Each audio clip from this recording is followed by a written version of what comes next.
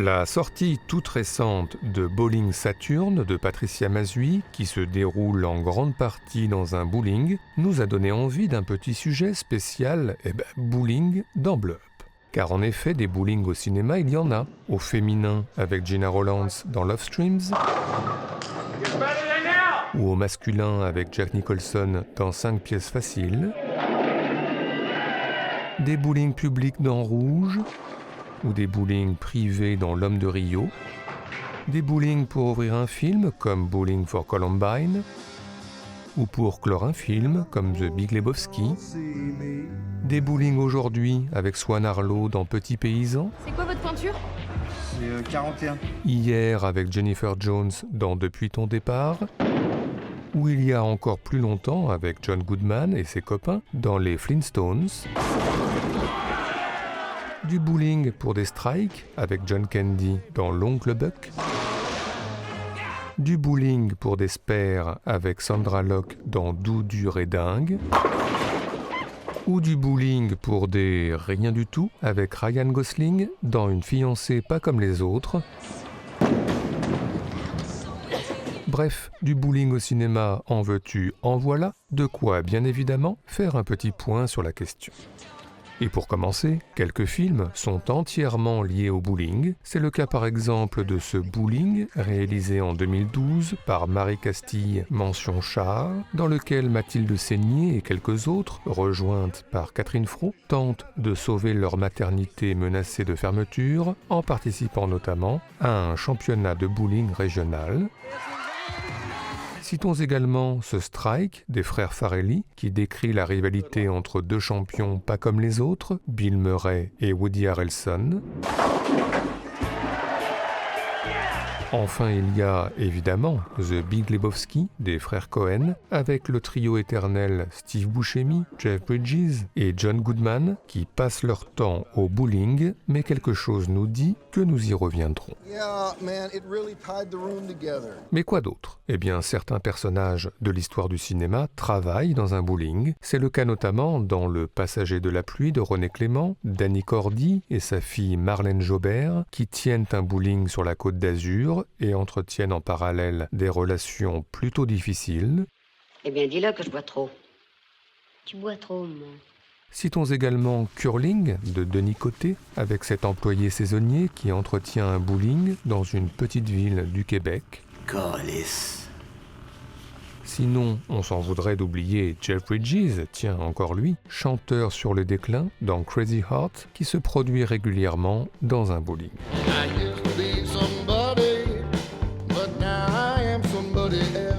Mais sinon, ce sont évidemment les clients, les joueurs que l'on voit au cinéma. Un père, Ethan Hawke, et ses enfants dans Boyhood. Ou un groupe de copines, emmené par Juliette Binoche, dans Ouistreham d'Emmanuel Carrère. Pour des ambiances le plus souvent festives, parfois ponctuées par des chansons, comme dans Les Traducteurs de Régis Froissart. Et même parfois ponctuées par des chansons et des chorégraphies, comme dans Grise, le deuxième. Mais sinon, à l'opposé, le bowling symbolise aussi, parfois, non plus la fête entre amis, mais plutôt le train-train quotidien, la monotonie, l'ennui, ce que synthétise en voix off Michael C. Hall, coincé au bowling, dans la série Dexter. My best hope of losing him is to act relentlessly normal, dull. So I bowl. Ou ce que synthétise également, mais cette fois en dialogue, Bill Murray et deux nouveaux copains rencontrés au bar dans Un jour sans fin. What would you do if you were stuck in one place and every day was exactly the same and nothing that you did mattered? That about sums it up for me. Mais à part ça, eh bien parfois, le bowling implique pari et argent, et à ce jeu, certains sont plus forts que d'autres, par exemple dans La Truite de Joseph Losey, Isabelle Huppert, qui porte au passage un joli t-shirt. Tous mes compliments, c'était du grand art. Des paris au bowling dans lesquels excellent également Pat Morita et ses copains, dans Miss Karate Kid, eux aussi ne payant pas de mine au départ, avant de finalement remporter la mise. Mais sinon, Eh bien, le bowling est également au cinéma un lieu de rapprochement et d'échange de regards équivoques, par exemple entre Vincent Lindon et Emmanuel Seigné dans Quelques heures de printemps de Stéphane Brisé, ou dans Voyage au bout de l'enfer de Michael Cimino, ses regards entre Meryl Streep et Robert De Niro pour l'éternité. Et certains, comme Al Pacino, face à Michel Pfeiffer, dans Frankie et Johnny, ne tiennent plus et déclarent leur flamme. I'm in love with you. I love you. I am totally, completely mad for you. Mais sinon, parfois, la tentative de drague au bowling échoue par maladresse pour Pierre Richard, dans Je suis timide mais je me soigne, ou des tentatives de drague qui échouent par muflerie pour Gérard Depardieu et Patrick Devers dans Les Valseuses. Vous avez même pas enlevé les étiquettes de vos chemises. Enfin, parfois, la rupture se concrétise définitivement au bowling, comme s'apprête à le constater amèrement Vince Vaughn, qui vient de rompre avec Jennifer Aniston dans La Rupture. Who here agrees with Brooke and thinks I should leave the bowling team? Shocker. Mais à part ça, eh bien le bowling est parfois, souvent, un lieu d'affrontement et de tension. C'est là que se tiennent quelques réunions tendues entre Lino Ventura, Bernard Blier et les autres, dans Les Tontons Flingueurs. Quoi, fallait pas? J'ai eu tort.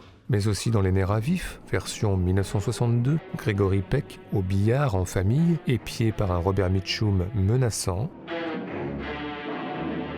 Et puis dans Men in Black, le troisième, la recherche d'aliens qui en passe par le bowling. Sans oublier dans Running Out of Time de Johnny To, un échange de marchandises tendu. Et enfin la bagarre pour les Yakuza de Fleur Pâle de Masahiro Shinoda, ou pour un Harrison Ford très remonté dans L'ombre d'un soupçon de Sidney Pollack.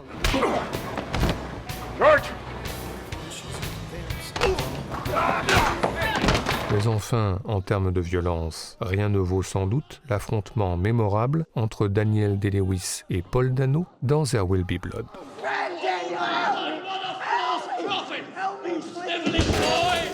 Enfin, terminons ce tour d'horizon par la mort, car le pire, parfois, advient au bowling. Ici, dans la série X-Files, cet épisode qui s'ouvre par cette scène marquante, qui n'augure rien de bon. Sinon, plus série B, dans Attention au blob de Larry Hagman, le blob facétieux en passe par le bowling. Enfin, citons plus glauque, dans Cabin Fever d'Eli Roth, l'histoire traumatique du bowling racontée au coin du feu, et on est sympa, on ne va pas aller plus loin. Bref, le bowling est au cinéma partout, aussi bien pratiqué par Michael J. Fox en Loup-garou dans Teen Wolf, que pratiqué par les aliens de Critters, aussi bien pratiqué par le jeune Ricky, bien aidé par Christopher Reeve dans Superman le 3e, que pratiqué par Edward Holcroft, bien aidé par Julianne Moore dans Kingsman le Cercle d'Or.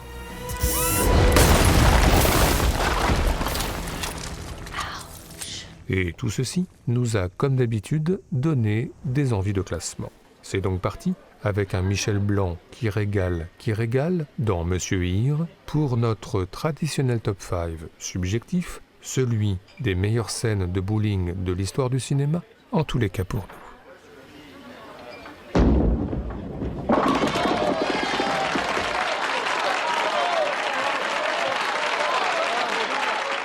Notre numéro 5, commençons par Buffalo 66 de et avec Vincent Gallo, car le film contient une longue scène au bowling avec un Vincent Gallo performant au début, puis sur la fin nettement moins, avec de plus quelques échanges avec Christina Ricci, tout en insert plutôt lourdement érotisé, mais une scène avec surtout, en point d'orgue, une chorégraphie minimaliste qui ne manque pas de classe sur le Moonchild de King Crimson.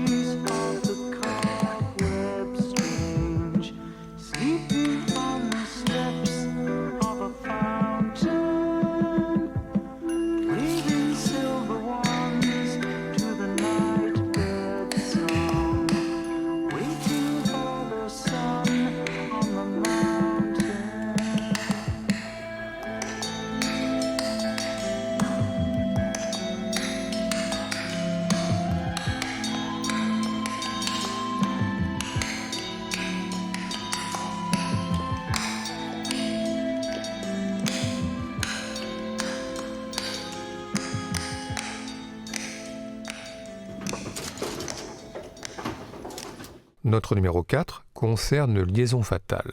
Bon, le film d'Adrian Lyne ne fait pas partie de nos préférés, mais il contient pourtant une scène de bowling tout à fait saisissante. Michael Douglas vient de quitter Glenn Close, laquelle déprime seule en écoutant du Puccini, tandis qu'en parallèle, Michael Douglas s'amuse au bowling avec ses amis, le bruit et la violence des quilles annonçant d'une certaine façon le déraillement à venir de la fiction. Bon, finalement non, c'est très bien, Liaison fatale.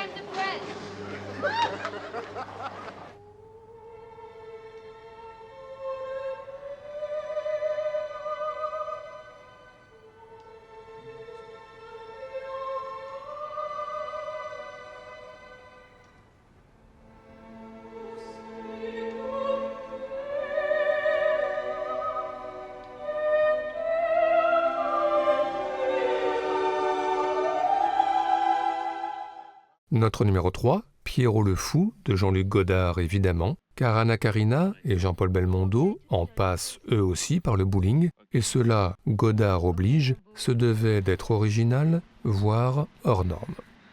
Bon, j'y vais puisqu'on n'a plus rien à se dire.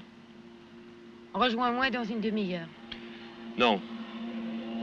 Je compte jusqu'à 137. C'est vraiment fou.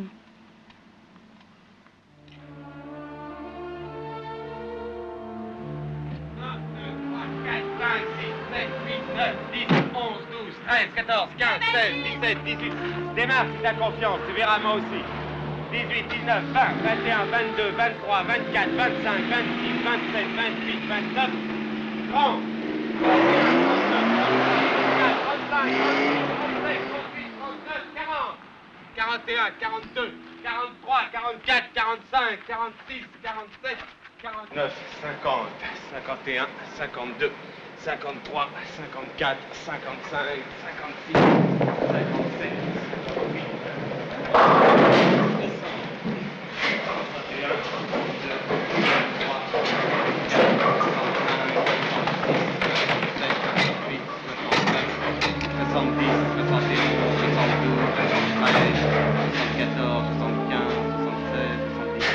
58, 79, 80, 81, 82, 83, 84, 85, 86, 87, 88, 89, 90, 100, 101, 102, 103, 104, 105. Notre numéro 2, Scarface, version Howard Hawks. C'est connu, le film repose sur un jeu simple, une croix, un X à l'image, systématiquement annonce la violence et la mort, par exemple ici, ou ici, cette exécution bientôt suivie par un travelling ascendant qui révèle les X, ou ici, le X sur la porte, redoublé par le X au mur.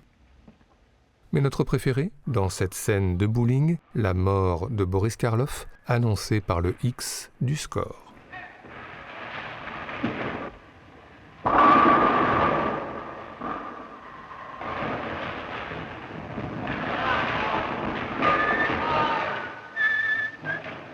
Just watch this one.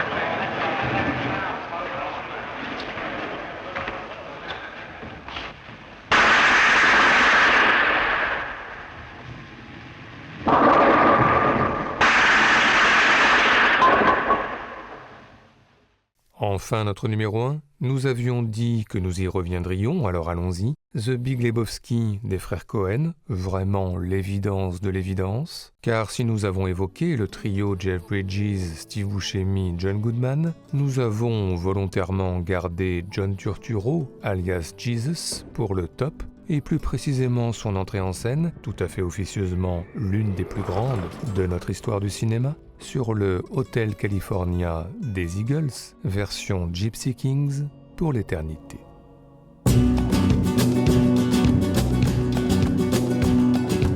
Por el camino del desierto, el viento me despeina, suave aroma de colita, nada del aire. Ella estaba a la entrada y la campana de sonar, y me dijo ya mismo, esto puedo del cielo. Ella encende una vela y nuestra del camino, soy moza el corredor y yo te dije diciendo, welcome to the Hotel California. Such a lovely place, such a lovely place. Welcome to the Hotel California. Such a lovely place, such a lovely place.